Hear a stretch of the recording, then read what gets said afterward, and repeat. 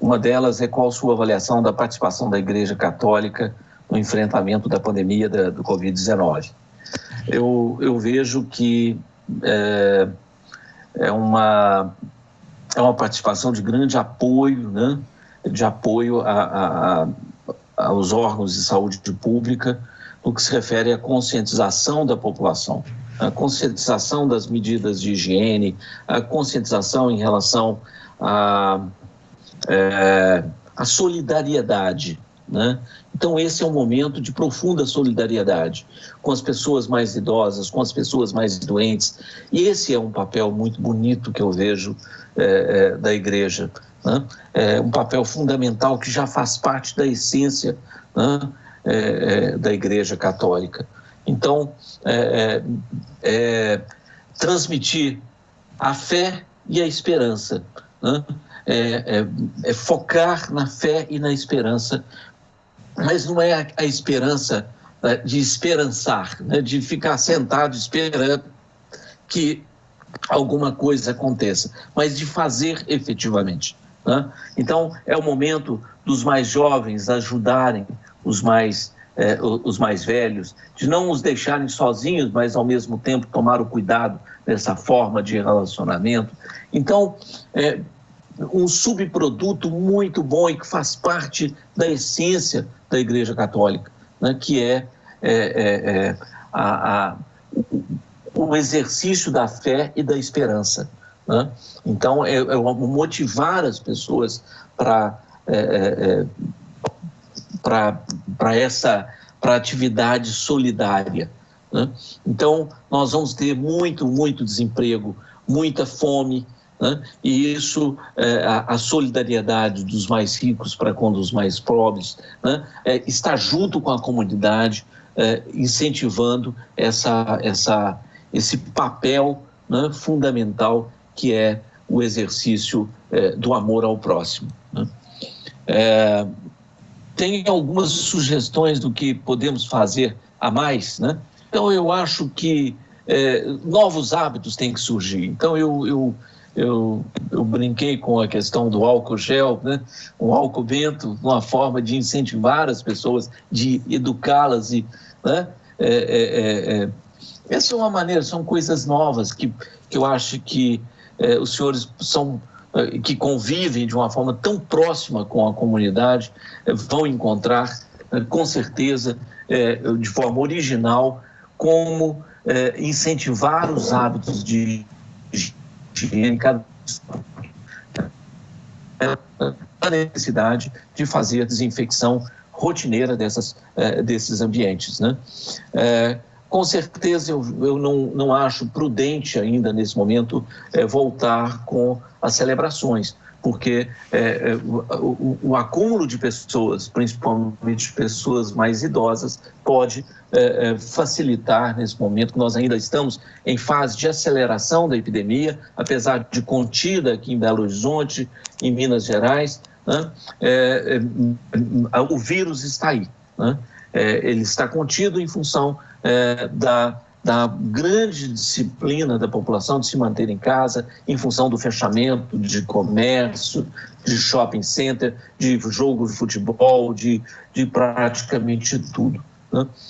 No clero e entre os fiéis leigos existem os defensores das medidas de isolamento social e também aos que defendem a volta das celebrações presenciais. Em sua opinião, que caminho seguir nesse momento? Eu acho que eu já respondi, né? Eu acho que tem outras formas, né? Uma pergunta, se as igrejas podem ficar abertas. Eu acredito que sim, com uma regra, para que não haja acúmulo de pessoas na igreja. Eu acho que se as pessoas quiserem ir lá, elas devem ser orientadas, ter sempre uma orientação. E esse espaço passar, né? E as igrejas devem passar, conforme a movimentação, 1, 2, 3, eventualmente até 3 vezes por dia, a limpeza do espaço com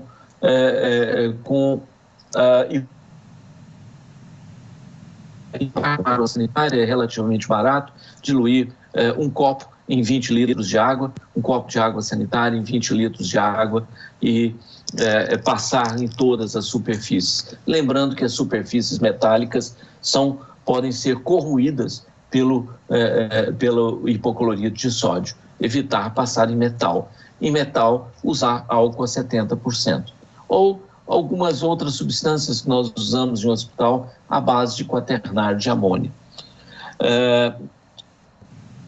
E se as pessoas quiserem entrar dentro da igreja, que o façam de forma muito separada, pelo menos mantendo por volta de, às vezes, deixar os pontos onde as pessoas podem ficar e as distâncias em que elas devem ficar umas das outras, né? Para que não haja nenhum contato entre um e outro.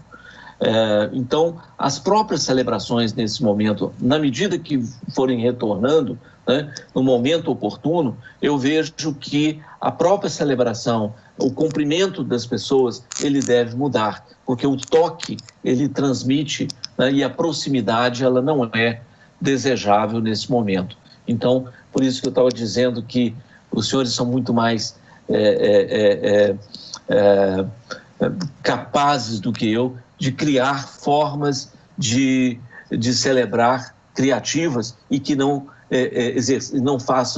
promovam o toque e a aproximação das pessoas nesse ambiente. Se puderem fazer celebrações com as pessoas separadas de 2 a 3 a 4 metros uma das outras em área aberta, tanto melhor, né?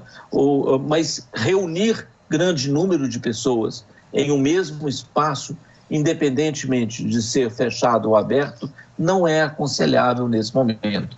Mas quando puder voltar, se for voltar, voltar com esse tipo de consciência. Em caso de resposta positiva, quais os cuidados necessários? Então, acho que eu já respondi a pergunta 6. É seguro para os padres atender os fiéis em confissão ou aconselhamento, desde que seja feito a uma distância de pelo menos 2 metros, ou se não, com máscara. Mas não pode ser, mesmo sendo com máscara, o distanciamento social é aconselhável de 2 metros. Eu não sei como fazer uma confissão a 2 metros, né? Mas veja bem, nós temos uma população que quase todo mundo tem celular, né? Então, seria uma maneira de fazer uma confissão com o celular. Eu não sei se isso é possível, né? É um confessionário em que o indivíduo usa o celular para comunicar com o padre, né? Então, eu não sei se isso é viável, mas foi algo que eu imaginei que pudesse trazer conforto para as pessoas do ponto de vista espiritual e, ao mesmo tempo, não submetê-las a qualquer tipo de risco. Bom, essas são as perguntas iniciais. Doutor, boa noite. Boa noite, padre. O banho de sol é bom para evitar o coronavírus? Sim, o banho de sol ele é aconselhável.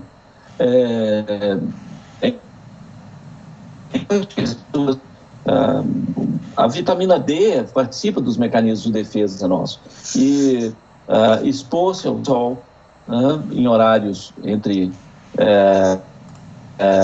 até 10 horas da manhã é muito saudável. O sol ele tem radiação ultravioleta C, né, que é efetivo para eliminar o vírus. Inclusive, nós usamos ultravioleta em capelas, né? Capelas de microbiologia, né? Que nós usamos para semear o vírus e semear bactérias e tudo. Então, o sol, sim, ele é efetivo. A pergunta nós estamos ouvindo muitas estatísticas de pessoas que estão adoecendo e falecendo, mas parece-me que as estatísticas do governo, quando saem, estão muito aquém da realidade. O que o senhor, como infectologista, pode dizer para nós desta realidade que não é toda abarcada o número de infectados e mortos? Boa noite, doutor Carlos. Boa noite. Eu estou no risco de... na linha do risco, né? Eu sou, dentro do clero, sou o segundo mais idoso da diocese, 81 anos. Então eu pergunto, eu preciso de imunidade, né? Se acaso esse vírus me pegar pelo caminho aí. Aí eu pergunto, quais as atitudes para eu criar imunidade em mim mesmo, para eu poder, de certo modo, enfrentar a situação? Minas Gerais está com esse programa aí, Minas Consciente. Então, deixou a cargo das prefeituras essa liberação gradativa do isolamento social. Na sua visão, é hora realmente de já termos essa liberação gradativa? Porque uma das minhas preocupações é justamente o trabalho, né? A movimentação do mercado, das empresas. E outra preocupação é justamente essa parte da epidemia, da contaminação social. É hora realmente da gente estar liberando gradativamente o distanciamento social? Então vamos começar com a pergunta do padre José Ricardo sobre a estatística e realidade, né? Padre, é o seguinte, nós temos sim uma subnotificação grande, tivemos um problema de diagnóstico. Então, certamente, o número de casos que nós temos é muito maior do que o diagnosticado. Entretanto, nós sabemos, e as eleições mostram isso para a gente, quando nós fazemos uma pesquisa em menos de 1% da população, né? Quando essa amostra ela é aleatória, ela é representativa do universo. E, em geral, as eleições mostram muito bem isso. Você investiga, entrevista 1.200 pessoas e consegue, com a precisão de 95% a 97% de certeza do resultado geral das pessoas, daquela comunidade. Então, hoje nós trabalhamos com uma amostra, né, que, infelizmente, em função da falta de testes, da precocidade, da novidade dessa epidemia, né, não deu tempo da indústria produzir testes suficientes e, às vezes, não conseguiam produzir nem equipamentos de proteção individual em quantidade suficiente para que nós pudéssemos trabalhar. Então, certamente os números são muito maiores, eu imagino que sejam de 10 a 15 vezes, a 20 vezes maiores, né, em termos de pessoas contaminadas, né, mas e o número de mortes também seja maior, né, por essa doença. Mas, enfim, é algo que nós trabalhamos, então, com uma realidade epidemiológica de amostral, né, que, como ela é aleatória, né, nós temos uma noção exata do que deve estar acontecendo, né? Ela é bem representativa, né? Não é o fato de nós não termos o universo, conhecermos o universo, que nós não possamos entender o que está acontecendo nesse universo. O problema é maior do que parece, com certeza.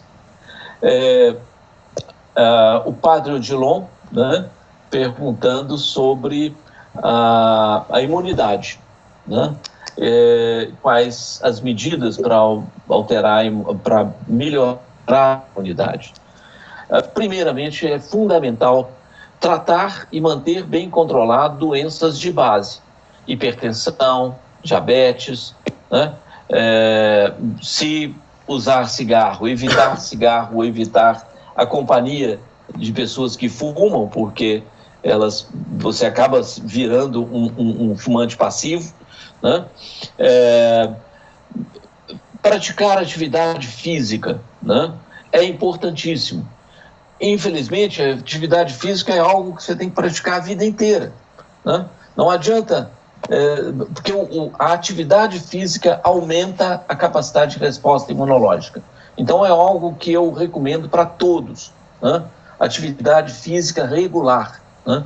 Nós sabemos que isso, sim, melhora a imunidade.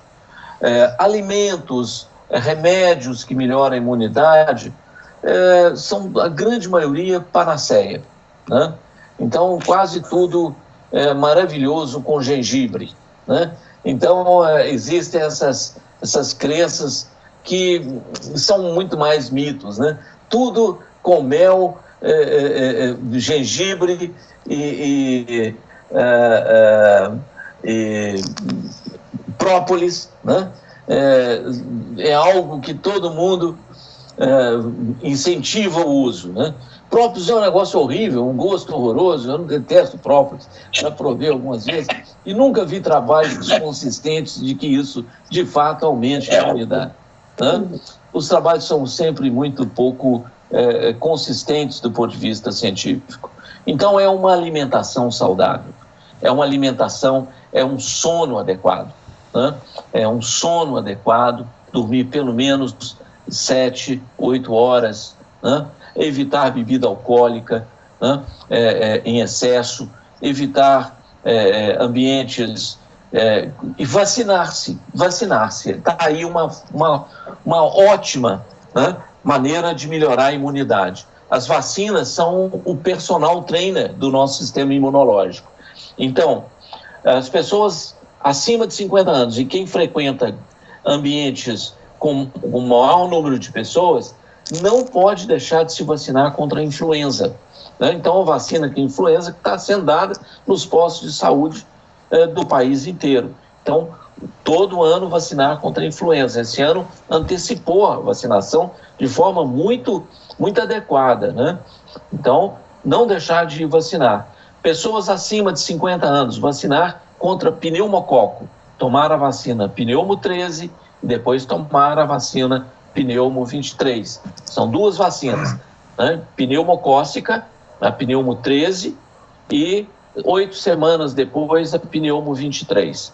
Então, é uma forma de nós evitarmos a complicação por uma bactéria que ela é uma bactéria oportunista. O vírus vem, provoca um quadro inflamatório e, na sequência, vem o pneumococo e causa um quadro de septicemia. Então, é importantíssimo vacinar, porque nós evitamos 75% de mortalidade pelo pneumococo. E, além disso, quando você vacina contra o pneumococo, você protege o indivíduo contra infarto e acidente vascular cerebral, porque são complicações muito frequentes de qualquer processo infeccioso mais grave. O indivíduo tem uma infecção, altera os mecanismos de coagulação, né, e com isso fica mais susceptível à obstrução das artérias e veias. Então, vacinar-se contra influenza, pneumococo, né? Tomar bastante líquido, porque o líquido ele favorece, particularmente nessa época do ano, que é o outono, que é mais seco, né?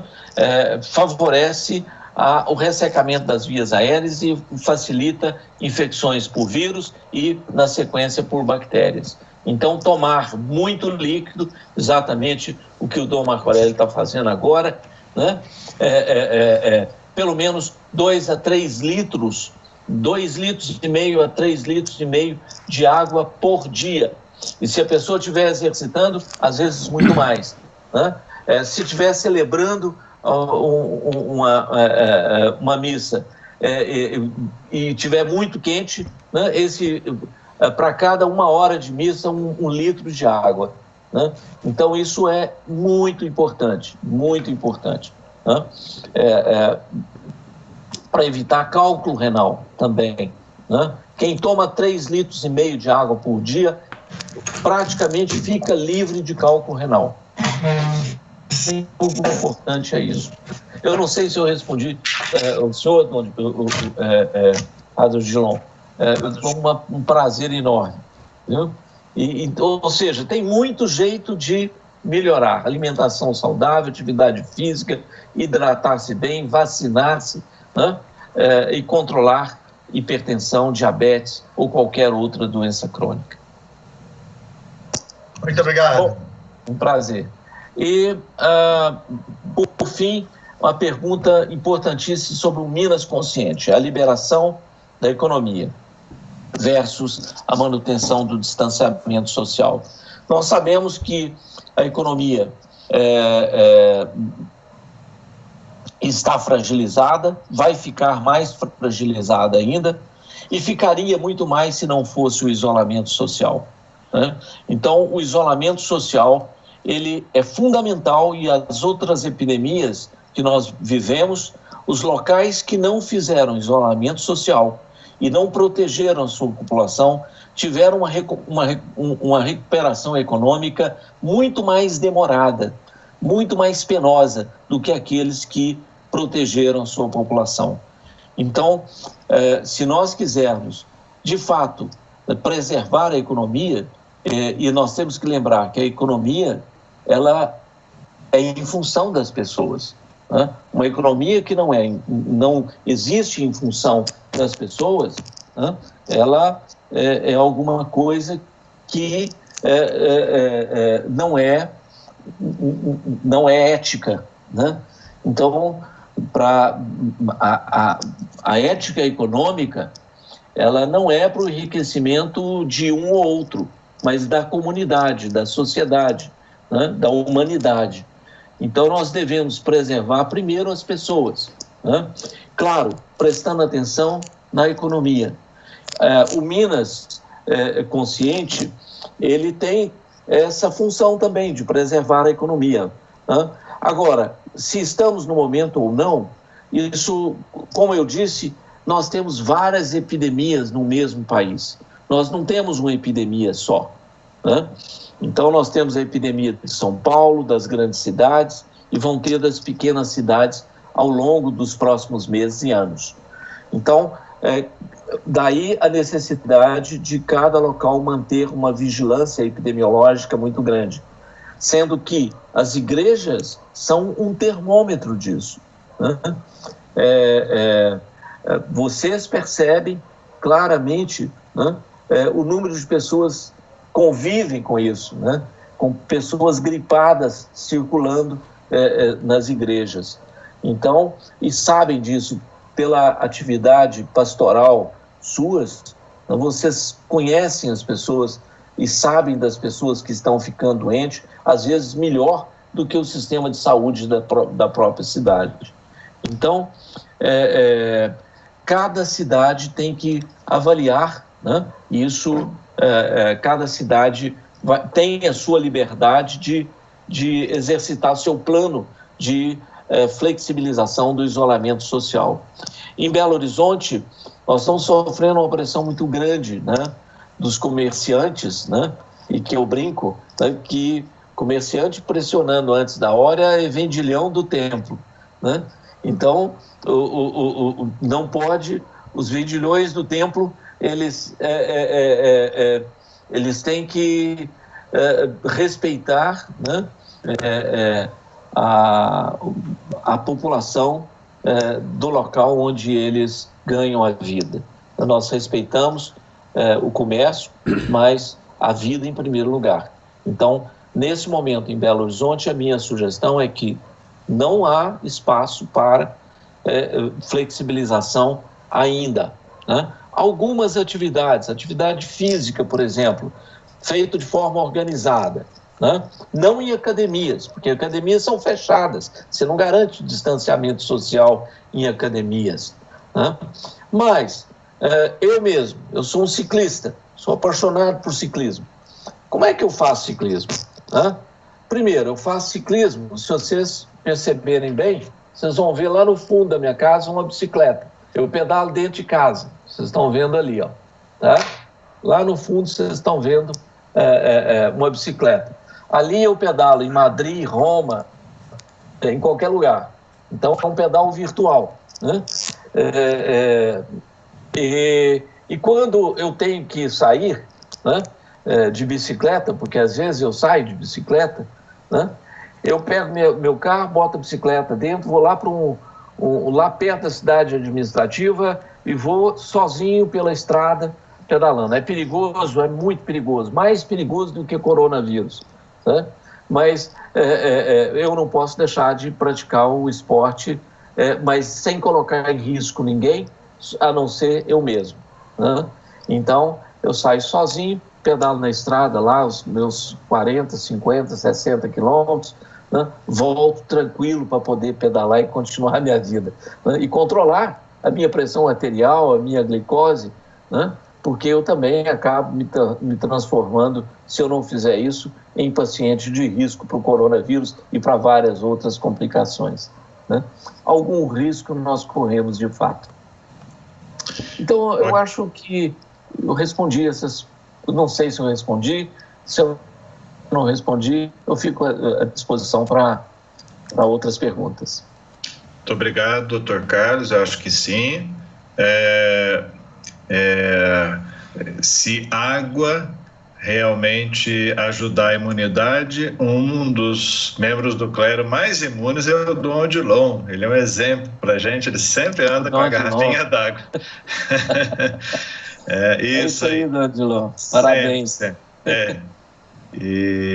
Aqui no município de Ipatinga, de ontem para hoje, o prefeito soltou um novo decreto, já com algumas possibilidades de retorno de todo o comércio, inclusive a abertura de shopping center a partir de quinta-feira, de quinta a domingo, e todos os comércios, inclusive academias. É claro, observando vários requisitos. E trata de ambientes que vai, por exemplo, público, como comércio. Ele acabou não especificando templos religiosos, mas prevê-se uma pessoa a cada 5 metros quadrados. O senhor acha que se a gente voltasse com, por exemplo, com celebrações, com participação de pessoas, obedecendo estes critérios de, por exemplo, uma pessoa a cada 5 metros quadrados, o senhor vê risco? Bom, eu vou anotar a sua pergunta, vamos ver se tem outras para a gente respondê-las em grupo. Obrigado, Tiago. Boa noite, doutor Carlos. Boa noite, padre. Em cima daquilo que o senhor já falou, quando o senhor fala a questão dos exercícios, porque a gente tem visto que até caminhada, alguns especialistas falando que a gente não pode fazer. O senhor coloca seu exemplo que o senhor vai para um lugar mais distante. Então, caminhar sozinho sem ter ninguém poderia ser. E outra coisa, quando o senhor coloca as faixas etárias propícias para a contaminação, eu fico a pensar, nós do clero, que temos faixas etárias diferentes, existe alguma orientação com relação a isso para nós, em nossas atividades, daquilo que o senhor conhece, que nós fazemos, que poderia ser mais para alguns e menos para outros por causa da faixa etária? É isso aí. Boa noite, doutor Carlos. Padre Luiz, de Ipatinga. Boa noite, padre. Minha pergunta vai no sentido midiático, né? Eu sou psicólogo e sei dos danos patológicos do que eu vou dizer. Nós estamos enfrentando um terrorismo midiático com relação ao coronavírus, né? Notícias massivas, notícias tendenciosas de desastre aqui, número alarmante acolá, morte acolá, e notícias favoráveis não são notificadas ou anunciadas, como o número de pessoas recuperadas com coronavírus, etc, etc, etc. Minha pergunta é no sentido de que essa postura, né, essa postura que prejudica psicologicamente enormemente as pessoas, bem como também o afastamento social prejudica. E prejudica também a questão da imunidade, porque se a pessoa está estressada, se a pessoa está angustiada, o lado emocional da pessoa influencia em sua imunidade. Mas a minha pergunta especificamente é: esse estado de coisas, esses anúncios, esse terrorismo social que é feito, no tratamento específico, na gestão específica da epidemia, ajuda, atrapalha ou não interfere? É isso. Perfeito. Eu vou começar com a pergunta do Diácono sobre o isolamento versus o isolamento social, né? E os riscos de um retorno mais rápido. Bom, as cidades que fizeram um relaxamento das medidas de isolamento social muito precoces na Itália, Milão foi um exemplo disso, foi catastrófico, né? Foi catastrófico. O prefeito de Milão pediu desculpas para a população pelo fato de ter feito um relaxamento das medidas antes da hora. E a coisa aconteceu mais ou menos dessa forma, que o isolamento social funciona tão bem que ele funciona como inimigo dele próprio. Porque é interessante que nós estamos tendo poucos casos em Belo Horizonte. E as pessoas falam, poxa, mas cadê o pico da epidemia? Não queremos ter pico da epidemia. Por que precisa ter pico da epidemia? Nós não precisamos ter pico e exaustão do sistema de saúde. Nós podemos ter uma epidemia sob controle, se o processo de comunicação com as pessoas for um processo de comunicação bem feito. E as pessoas fiquem em casa por consciência, e não por obrigação ou porque o sistema, porque está tudo fechado. Não. Se quiserem preservar a vida das pessoas com maior risco, elas devem permanecer em casa mesmo, independentemente de estar tudo aberto ou tudo fechado. O grande problema do isolamento social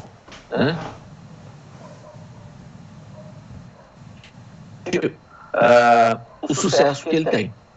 Vocês viram nos gráficos que eu apresentei de Belo Horizonte que nós projetávamos uma quantidade enorme de óbitos. A população entendeu, ficou em isolamento social, e com isso nós comemoramos hoje vidas salvas. Então nós salvamos cerca de 100 a 200 pessoas a cada 15, 20 dias que poderiam ter morrido se não tivesse feito isolamento social. Então, eu vou aproveitar essa pergunta para responder a pergunta do Padre Luísio. O terrorismo, que uma coisa combina com a outra. O terrorismo midiático.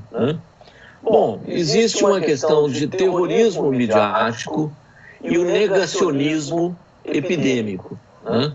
Então, nós estamos diante de uma discussão que virou uma discussão muito mais política do que uma discussão científica.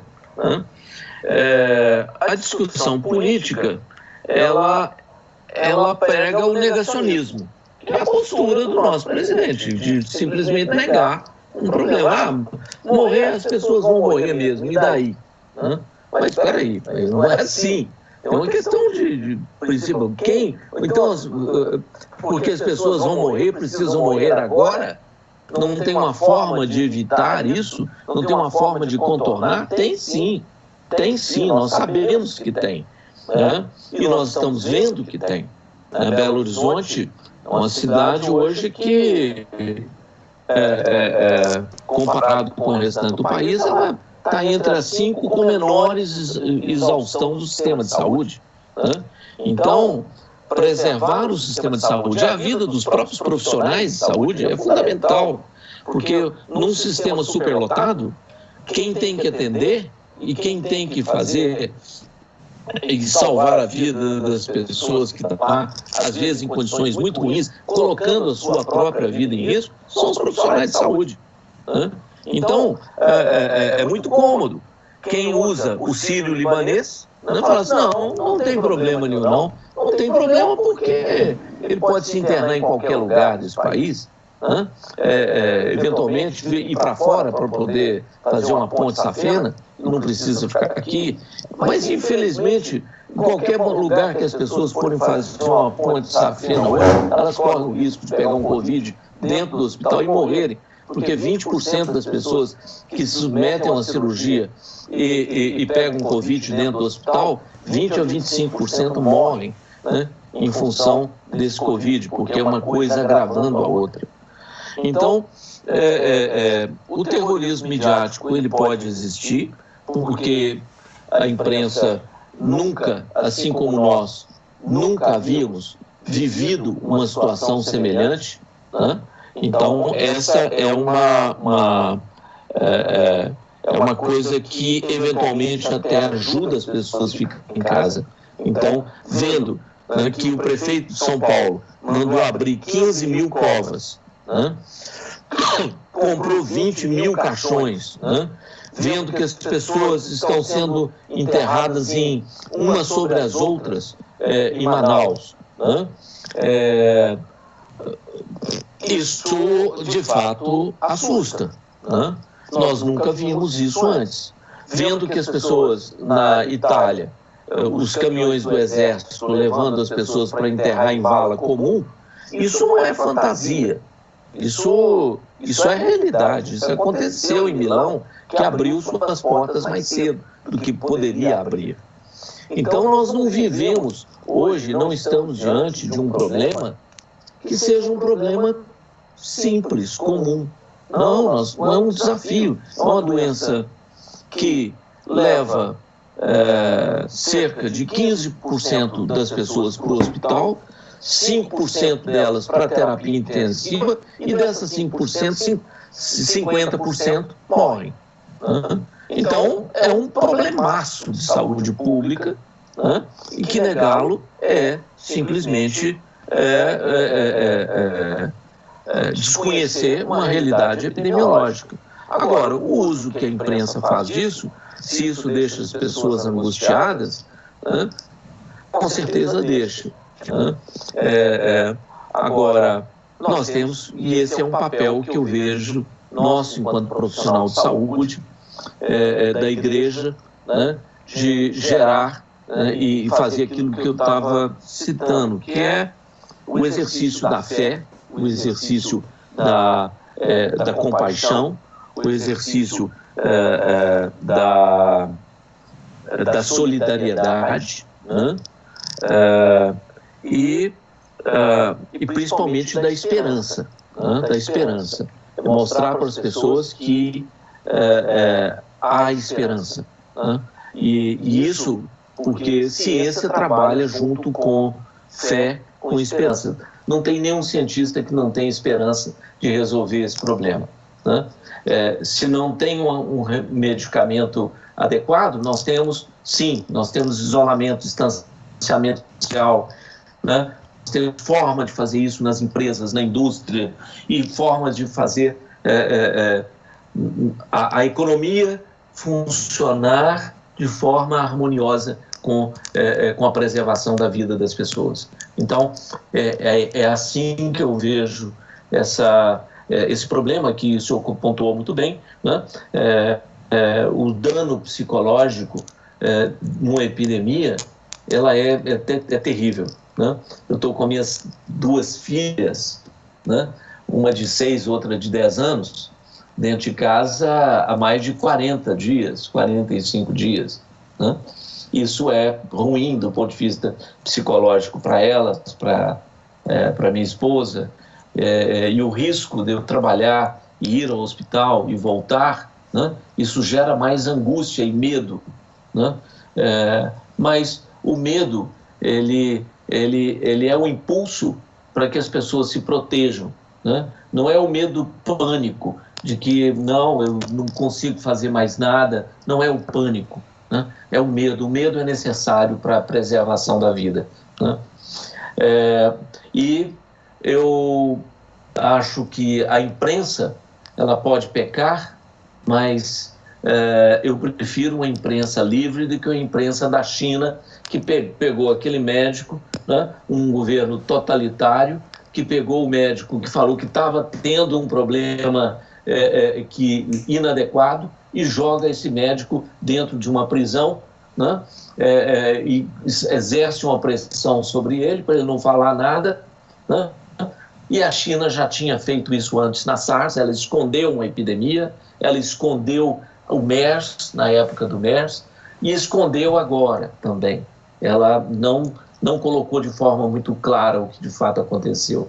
Então, por maior que sejam os exageros da imprensa, eu prefiro uma imprensa livre do que uma imprensa amordaçada, né? Em relação à pergunta do padre Beraldo, né, sobre o exercício, faixas etárias, né, e a proteção, né? Eu considero o exercício, ele é fundamental, né? E caminhar, né, já é um excelente exercício, né? Só que ele não funciona se a pessoa não fez exercício até ontem, né? Mas eu vou começar a fazer exercício para me proteger contra o coronavírus. É bom que comece, qualquer época que começar, tá bom, né? Mas não espere os efeitos do exercício no dia seguinte, né? Exercício é algo de uma vida inteira, né?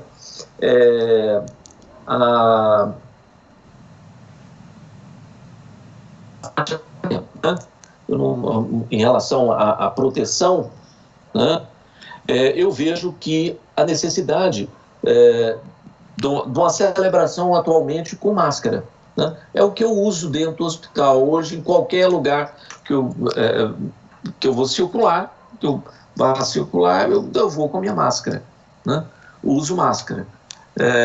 É uma forma.